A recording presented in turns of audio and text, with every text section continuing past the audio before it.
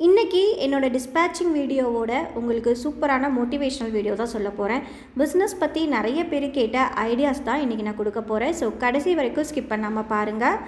உங்களோட ஒவ்வொரு லைக்ஸும் எனக்கு ரொம்பவே மோட்டிவேஷனாக இருக்குது. ஸோ கண்டிப்பாக லைக் போடவும் மறந்துடாதீங்க. நிறைய பேர் என்கிட்ட ரிப்பீட்டடாக வாட்ஸ்அப்லேயும் சரி யூடியூப்லேயும் சரி கமெண்ட் பண்ணுறது, எப்படி ஆர்டர் எடுக்கிறதுன்னு தெரியலைங்க சிஸ்டர், கொஞ்சம் ஹெல்ப் பண்ணுங்கள் அப்படின்னு சொல்கிறீங்க. நீங்கள் கேட்குற அதே கொஷினை நானுமே ஒரு 5 இயர்ஸ் பேக் நிறைய பேர்த்திட்ட கேட்டேங்க. யாருமே எனக்கு எந்த பதிலுமே சொன்னதில்லை. அப்போ நான் கொஞ்சம் ஃபீல் பண்ணேன், கண்டிப்பாக ஃபீல் பண்ணேன், நமக்கு யாருமே ஹெல்ப் பண்ணலை அப்படின்னு சொல்லிட்டு. ஸோ ஒரு ஐடியா தான் கேட்டோம். அவங்கள்ட்ட பிஸ்னஸ் சப்போர்ட்லாம் நம்ம எதுவும் கேட்கல, ஒரு ஐடியா தான் கேட்குறோம். அவங்களுக்கு தெரிஞ்சால் அவங்க சொல்லலாம், பட் யாருமே எனக்கு சொன்னதில்லை.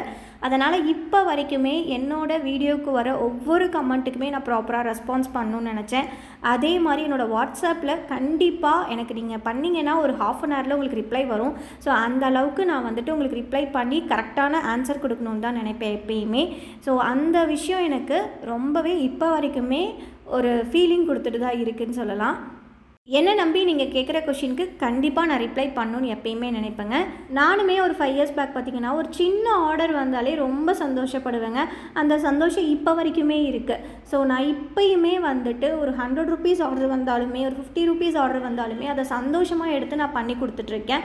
ஸோ எப்படி நம்ம ஒரு 2000 ருபீஸ் ஆர்டர் வந்தால் நம்ம அதை ப்ராப்பராக டிஸ்பேச் பண்ணுவோமோ, அதே மாதிரி தான் ஒரு 50 ருபீஸ் ஆர்டரையுமே நான் டிஸ்பேச் பண்ணிகிட்ருக்கேன். என்னோடய ரெஸ்பான்ஸ் ஒரு சின்ன ஆர்டர்லேருந்து பெரிய ஆர்டர் வரைக்குமே ப்ராப்பராக இருக்கணுன்றது மட்டும் தான். உங்கள் கைக்கு ரீச் ஆகிற வரைக்குமே அது என்னோடய ப்ராடக்ட் தாங்க. ஸோ அவங்க அமௌண்ட்டே கட்டியிருந்தாலும் அது என்னோடய ப்ராடக்டாக நினச்சி, என்னோடய ப்ராடக்ட் எப்படி என் கைக்கு வரலன்னா நான் எவ்வளோ சீரியஸாக இருப்பனோ அந்த அளவுக்கு சீரியஸ்னஸ் எடுத்து நான் எல்லாமே அவங்க கைக்கு ரீச் ஆகி அவங்க சொல்கிற வரைக்குமே நான் அவங்களுக்கு ப்ராப்பரான ரெஸ்பான்ஸ் கொடுப்பேங்க. ரீசெல்லர் எங்கிட்ட ரீசெண்டாக ஆர்டர் வாங்கியிருந்தாங்க. அவங்க மும்பையில் இருக்காங்க. அவங்க என்ன பண்ணாங்கன்னா, அவங்க நம்பர்லாம் கொடுத்தாங்க. நானுமே 2 டேஸில் டிஸ்பேச் பண்ணிடுறேன்னு சொல்லி டிஸ்பேச்சும் பண்ணிட்டேங்க. அவங்க கைக்கு அவங்க ஏரியா சைடு போயிடுச்சு. பட் என்ன ஆச்சு அப்படின்னா, அவங்க ஃபோன் பண்ணியிருக்காங்க கொரியர் சர்வீஸ்லேருந்து, அவங்க ஃபோன் எடுக்காமல் விட்டுட்டாங்க. ஸோ என்ன பண்ணுறதுன்னு தெரியாமல் அவங்க எனக்கே ரிட்டர்ன் வந்துருச்சுங்க. அதுக்கப்புறம் எனக்கு இங்கே இருந்து எனக்கு ஃபோன் பண்ணாங்க, இந்த மாதிரி ரிட்டர்ன் வந்துருச்சு அப்படின்னு சொல்லிட்டு. எனக்கு என்ன பண்ணுறதுனே தெரியலை. ஏன்னா ரீசெல்லிங் அப்படின்னா அவங்க ஒரு இத்தனை டேயில் வந்துருங்க அப்படின்னு அவங்க ஒரு சைடு நம்பிக்கை கொடுத்துருப்பாங்க அவங்கக்கிட்ட. ஸோ இப்போ அவங்க என்ன பண்ணுறதுன்னு அவங்களும் யோசிப்பாங்க இல்லையா.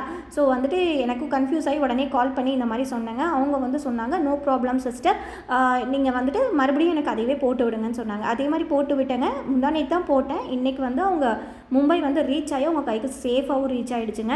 ஸோ இப்போ தான் எனக்கு ஹாப்பி. தென் கஸ்டமர்கிட்ட மறுபடியும் நான் ஃபோன் பண்ணி அவங்ககிட்ட பேசினேன்.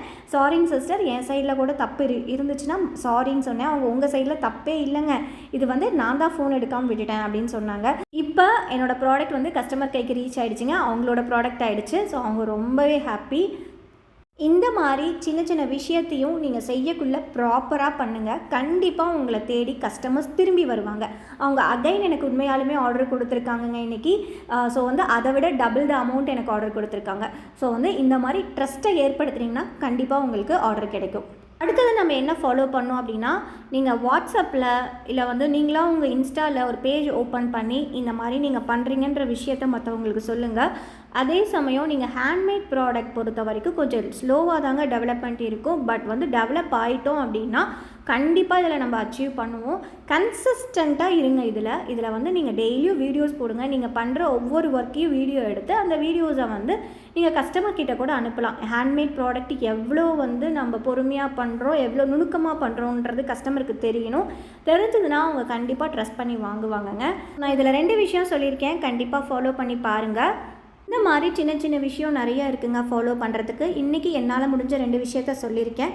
கண்டிப்பாக அடுத்தடுத்த வீடியோஸில் நான் உங்களுக்கு இந்த மாதிரி சின்ன சின்ன விஷயத்த கண்டிப்பாக சொல்லித்தரேன். அதுக்கு மறக்காமல் என்னை சப்ஸ்கிரைப் பண்ணிக்கோங்க. லைக் பண்ண மறந்துடாதீங்க.